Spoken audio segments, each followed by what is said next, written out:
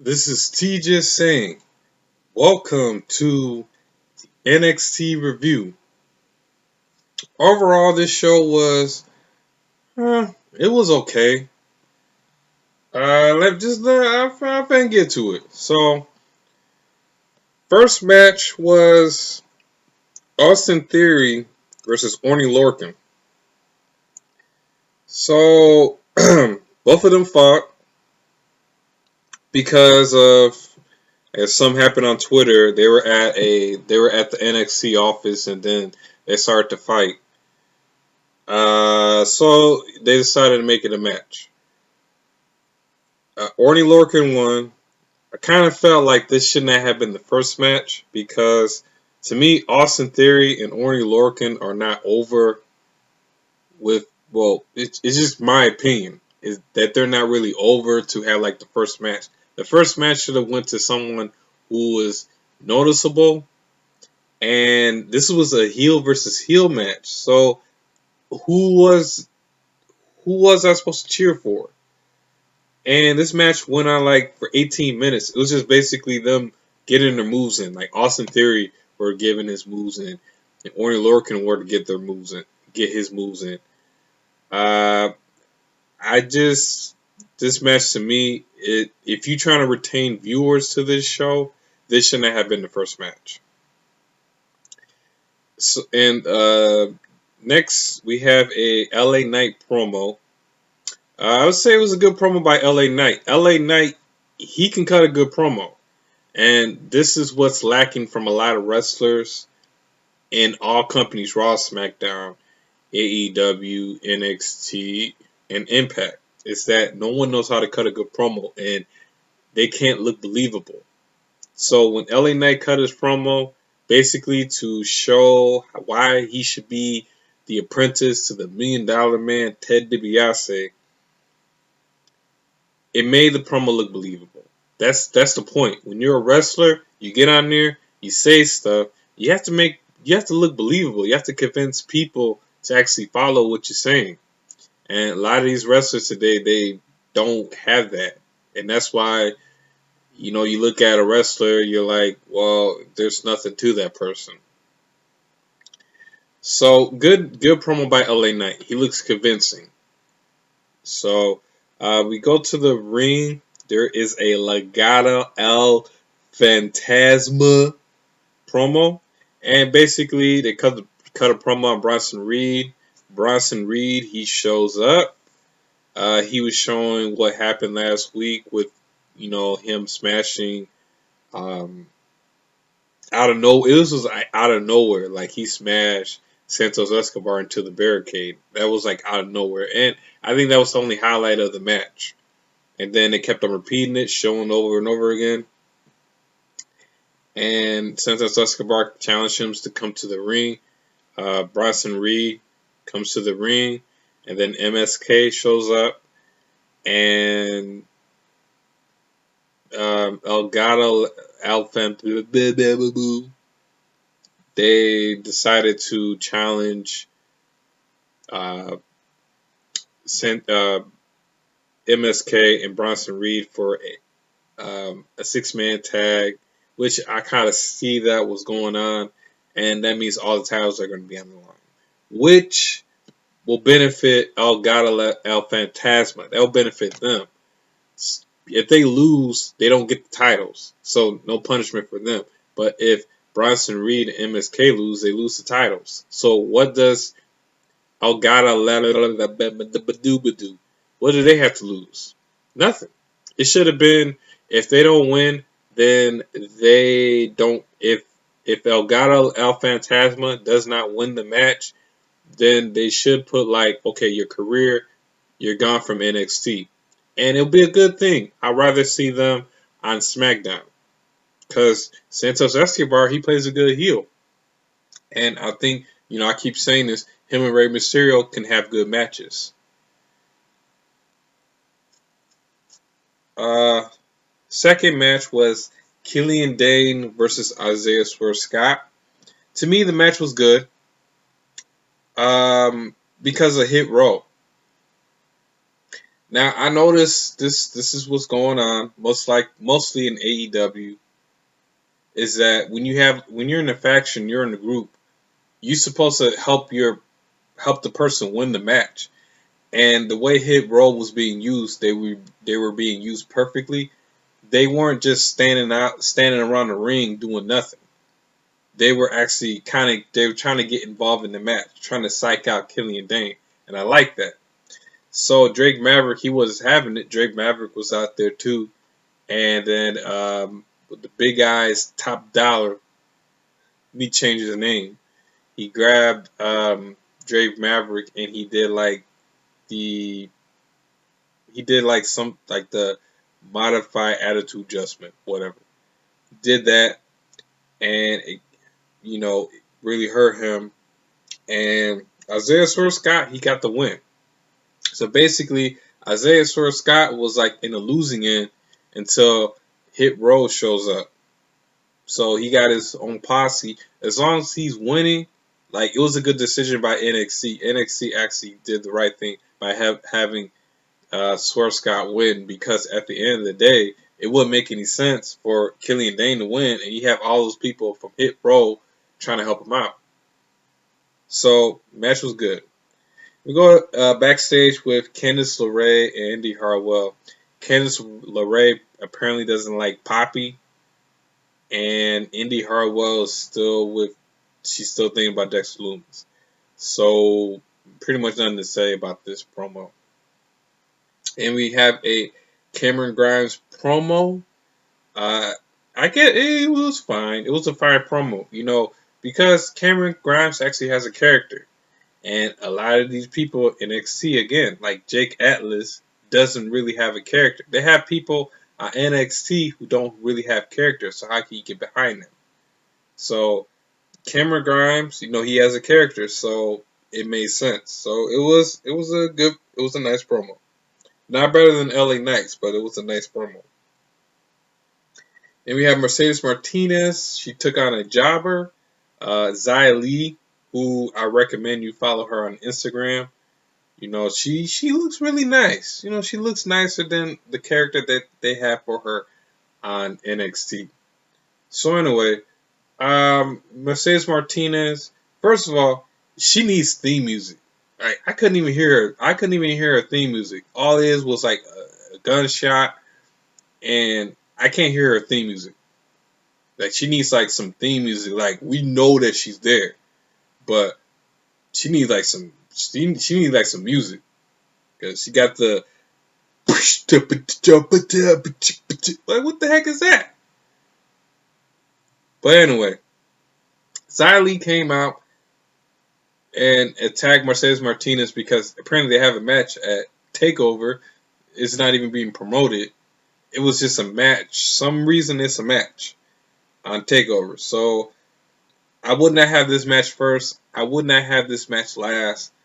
I'll probably have this match somewhere in the beginning. This sound like a bathroom break type match because it's really not promoted. So Xia Li, she was getting her hits in, and Mercedes Martinez, she got the better end of it, and then she beat up this jobber. It was like it didn't take that long for her to actually win, so she won. So Mercedes Martinez beat the jobber and won. We have a Breezango promo. Breezango, they need to go back to the main roster. The main roster needs more characters, especially in the tag team division. I'll put them probably on either Raw or SmackDown because there's nothing for Breezango to actually do in NXT. They got a lot of people on NXT that I see that they can be on the main roster. Since they did a lot of releases, it's time to get some of the people from NXT to come to the main roster. And not only that, NXT, they got like a lot of wrestlers. They got like a lot of wrestlers influx. So it's like you'll see one wrestler for the week and you're like, okay, I like this wrestler. And then the next week you don't see this wrestler.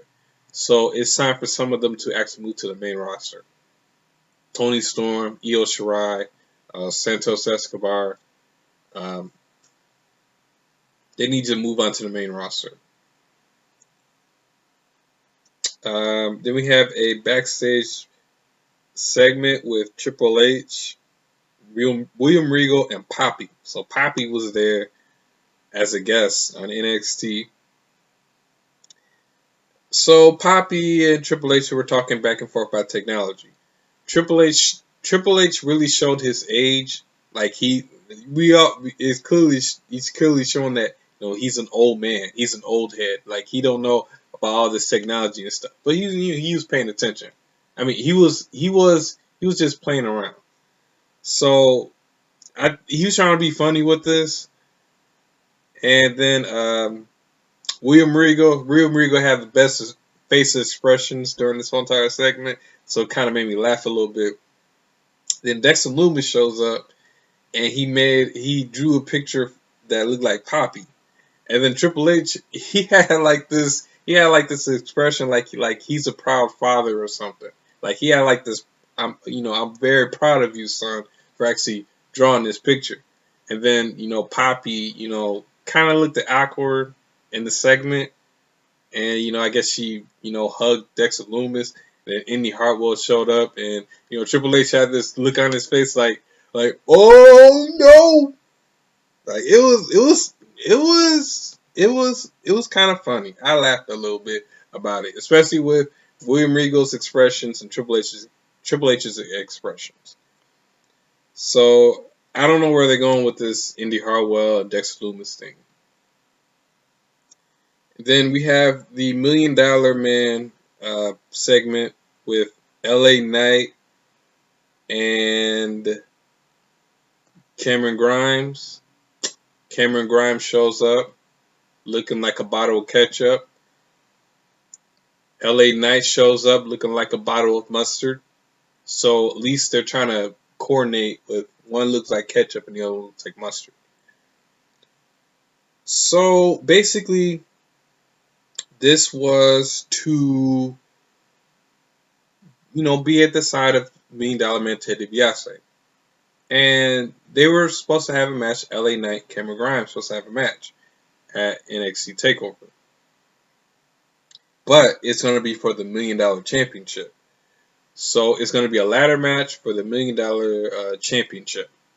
So I think that's better. I think it kind of works. But it's kind of sad that both of these men lost to Jake Atlas.